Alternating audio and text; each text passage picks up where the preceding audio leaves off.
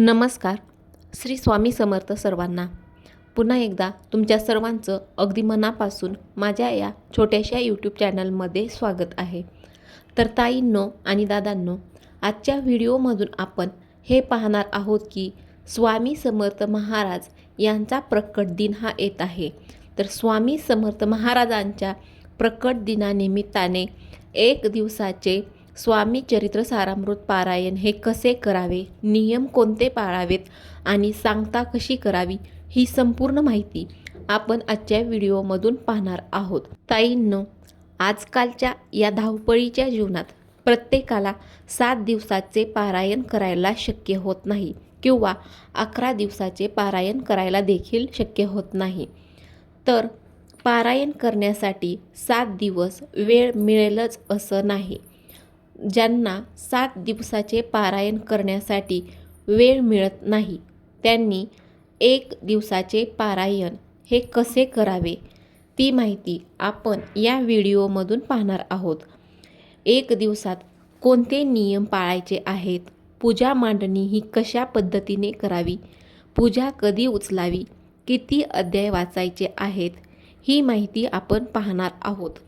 ताईंनो, video चालू करण्याआधी तुम्ही जर का माझ्या चॅनलवरती नवीन असाल तर चॅनलला नक्की सबस्क्राईब करा. स्वामी चरित्र सारामृत हे एक साधं पुस्तक नसून तो दिव्य भव्य असा एक ग्रंथ आहे. हा ग्रंथ आपल्या आयुष्याचं सोनं करतो. आपल्या आयुष्यात कितीही कठीण संकटे असू द्या, कितीही अडचणी असू द्या, आपल्याला हे 1 दिवसाचे सारामृत पारायण हे करायचे आहे.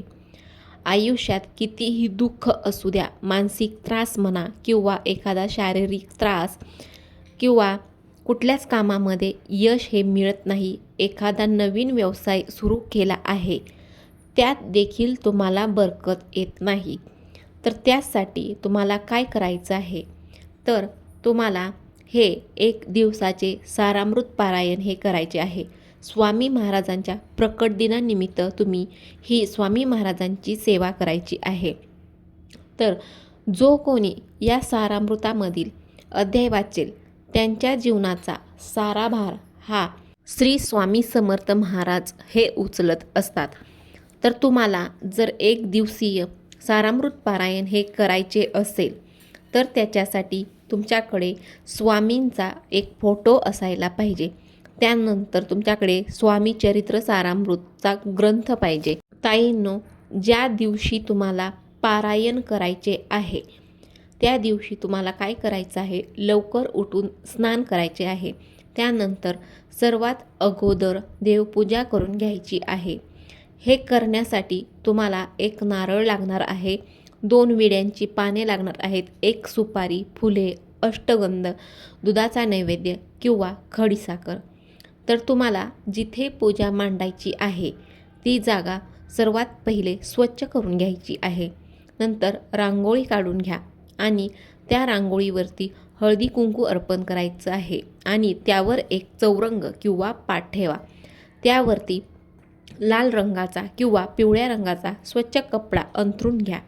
त्यावरती स्वामी समर्थांचा फोटो स्वच्छ पुसून ठेवा. त्यानंतर फोटोला अष्टगंध लावा. स्वामींच्या फोटोला अष्टगंध लावा, हार घालून घ्या आणि फुले देखील अर्पण करायची आहेत. त्यानंतर आपल्याला सारामृत ग्रंथ हा लागणार आहे. ही पोथी किंवा हा ग्रंथ आहे तो तुम्हाला पाटावर एका बाजूला ठेवायचा आहे.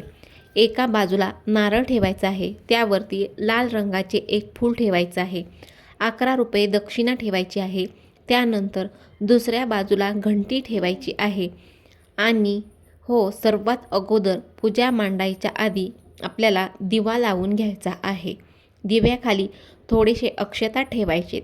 हळदी कुंकू वाहून आपल्याला दिव्याची देखील पूजा करून घ्यायची आहे आणि मगच बाकीच्या पूजेची मांडणी करून घ्यायची आहे. पूजेची मांडणी करून झाल्यावर तुम्हाला संकल्प सोडायचा आहे. तुमची जी काही इच्छा आहे, जी काही तुमची इच्छा असेल तर ती इच्छा तुम्हाला स्वामींना सांगायची आहे.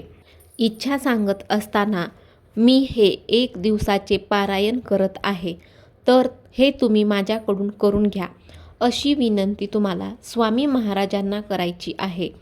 याच्यानंतर केळी, सफरचंद जी काही फळं असतील ती तुम्हाला स्वामींच्या पुढे ठेवायची आहे. त्यानंतर पाने व त्यावरती सुपारी हा विडा स्वामींच्या फोटोसमोर पुढे ठेवायचा आहे. सुपारी ही गणपती बाप्पांच्या स्वरूपात ठेवायची आहे.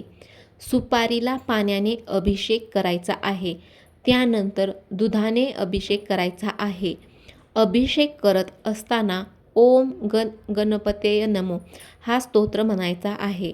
नंतर सुपारी स्वच्छ पुसून विड्यांच्या पानांवरती ठेवून थोड्या अक्षता व हळदी कुंकू फुलं अर्पण करावीत. नंतर गुळ खोबऱ्याचा नैवेद्य दाखवा. त्यानंतर स्वामी महाराजांची पूजा करा. त्यानंतर संकल्प सोडायचा आहे व धूप, दिवा, उदबत्ती लावायची आणि रांगोळी देखील काढून घ्यायची आहे. हे वाचन करायला घ्यायचं आहे. त्यानंतरच तुम्हाला हे वाचन करायला घ्यायचं आहे. आता वाचन करायला बसताना महिलांनी साडी ही आवर्जून घालायची आहे. हातात बांगड्या घाला, मग वाचन करा. नैवेद्य बनवला असेल तर तो दाखवा. तर पारायण हे कसे करायचे आहे, तर तुम्हाला 1 ते 21 अध्याय वाचायचे आहेत. 1 ते 21 अध्याय हे तुम्हाला एकाच बैठकीत वाचायचे आहेत. जर तुम्ही संकल्प सोडून जर पारायण करणार असेल तर एका बैठकीत हे सर्व अध्याय तुम्हाला वाचण्याचा प्रयत्न करायचा आहे. सर्वात अगोदर तर तुम्हाला स्वामी श्रवण वाचायचे आहे. त्यानंतर 1 ते 21 अध्याय वाचायचे आहेत. स्वामी चरित्र सारामृताचे 1 ते 21 अध्याय हे वाचायचे आहेत. अध्याय वाचून झाल्यानंतर 11 माळी श्री स्वामी समर्थांचा जप करायचा आहे आणि 11 वेळा तारक मंत्र म्हणायचा आहे. एवढ्या सेवा तुम्हाला एका दिवसात करायच्या आहेत. जर तुम्ही हे पारायण एका दिवसासाठी करत आहे तर एका दिवसातच वाचण्याचा प्रयत्न हा करायचा आहे. जर तुम्हाला वाचन करत असताना मधूनच तहान लागली तर पाणी प्यावे आणि त्यानंतर मधून कोणाशी बोलू नये.